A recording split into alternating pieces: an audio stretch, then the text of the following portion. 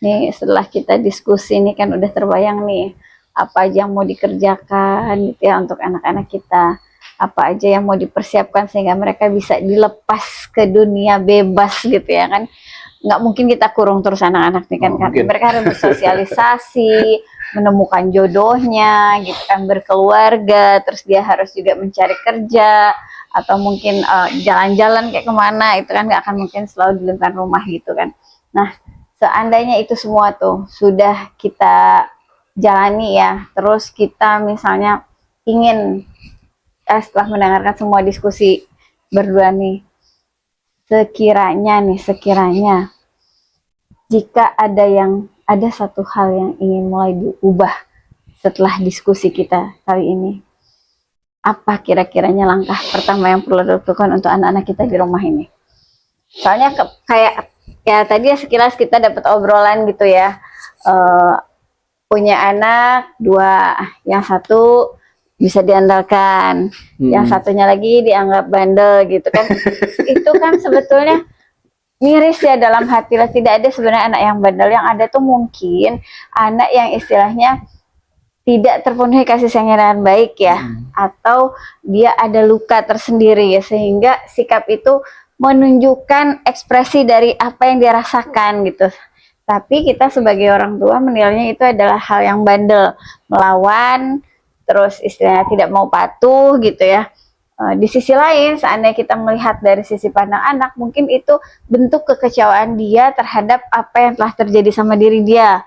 Jadi ketidakpuasan terhadap orang tuanya akhirnya dia tumpahkan dalam bentuk kebandelannya. Nah itu gimana tuh? Jadi langkah apa yang harus kita lakukan setelah dapat penjabaran ini kira-kira yang terbaik gitu, sehingga anak-anak bisa dekat lagi sama kita, bisa dapat quality time. Jadi kita pulang kerja itu mikir ke rumah itu nggak cuman mikir istirahat aja, tapi berpikir gimana caranya senda gurau dulu sama anak-anak. Tapi khawatirnya itu nggak didapat, akhirnya tidur cepat gitu biar istilahnya hari segera berlalu. Padahal mungkin anak-anaknya masih membutuhkan perhatiannya gitu kan. Tapi karena dia mungkin istilahnya bisa jadi ngerasa tidak puas dan kondisi dalam keluarga, padahal mungkin di situ ada porsinya, nggak cuman porsi si anak, tapi pasti ada efek dari porsi orang tua yang menimbulkan ketidaknyamanan pada anak sehingga situasinya kurang harmoni gitu loh. Nah, langkah apa yang harus pertama kali kita lakukan uh, ketika menghadapi itu? Mengingat ya anaknya udah besar gitu loh. Nah, ini pasti kan harus diskusi. Nah, gimana tuh cara nyelesainnya gitu? Soalnya sedikit demi sedikit itu butuh digugurkan benteng itu. Itu pasti ada benteng jadinya kan. Anak udah membentengi diri dan orang tua sehingga dikasih tahu malah melawan gitu kan. Istilahnya nggak bisa di istilahnya seolah-olah jauh dari jangkauan padahal dia depan mata gitu. Nah itu tuh gimana tuh apa yang mesti dikerjakan duluan? Ya, jadi sebenarnya itu dijawab juga ya. Itu kan ketika pulang itu ya sempatkanlah waktu untuk meluangkan Kayaknya waktu. masih ada deh yang lebih level. Ya, kalau misalnya apa yang bisa kita kerjakan hari ini juga gitu. Ya yang pertama pastikan komunikasi kita sama anak itu bagus gitu, bukan cuma sekedar sapa-sapa dia balas sapa, enggak cukup gitu. Jadi jangan berprasangka sendiri lah jatuhnya ya kan. Nah paling ini tuh kan komunikasi dua arah bahasanya itu kan, dari kecil kan harus seperti itu ya, komunikasi dua arah.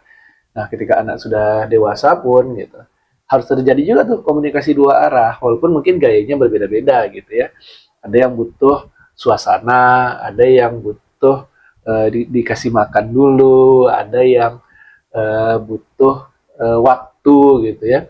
Dia butuh waktunya mungkin jam sekian baru enak ngobrolnya gitu. Mungkin beda-beda setiap anak. Tapi kita harus cari nih sebagai orang tua kapan waktu kita bisa ngobrol enak sama anak, saling komunikasi dua arah, kita ngobrol, dia ngasih feedback, terus dia bertanya juga, kita kasih feedback. Jadi bukan yang sekedar satu arah gitu ngobrol itu, bukan hanya sekedar asal dijawab dengan sopan, dianggap sudah aman dan segalanya, enggak.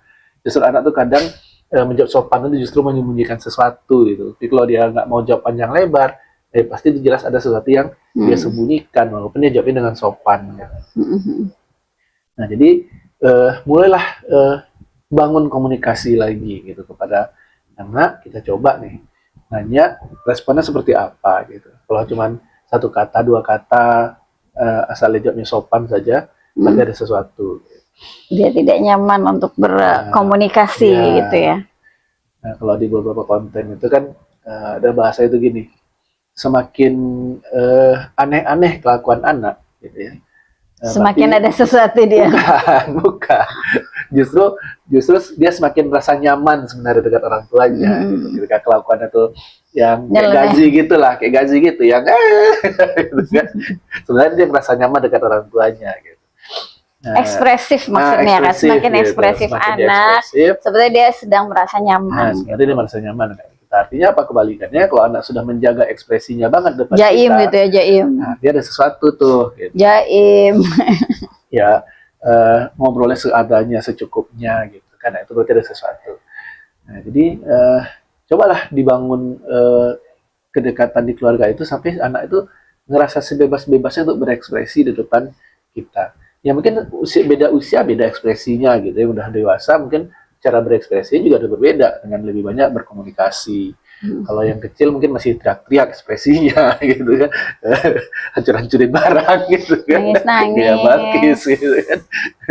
Tapi ketika sudah dewasa, dia bisa mengekspresikan dirinya dengan bicara panjang lebar sama orang tuanya, bisa lepas Diskusi nangis ya. depan orang tuanya juga. Saya kan banyak juga nih cerita nih, kayak misalnya usia-usia yang usia-usia SD gitu kan misalnya. Terus ada kayak yang pernah dialami juga lah ya.